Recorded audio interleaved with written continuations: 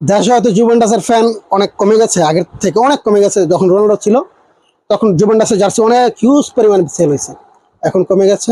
তবে এবার কিন্তু জুভেন্টাসের হোম কিট একদম অস্থির করছে। আমি অনেক জার্সির ভিডিও করি, কিন্তু এটা আমি মানতে বাধ্য যে না, এবার জুভেন্টাসের জার্সির ডিজাইনও সুন্দর করছে।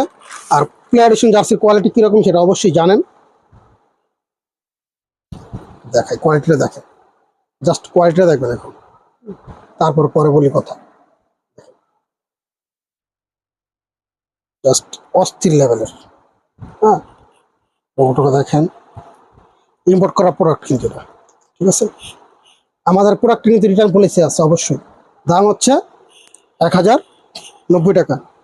আর অবশ্যই কমেন্ট করবেন যে জুভেন্টাস কি পারবে এবার চ্যাম্পিয়ন্স লিগ জিততে, একটু কমেন্ট করেন।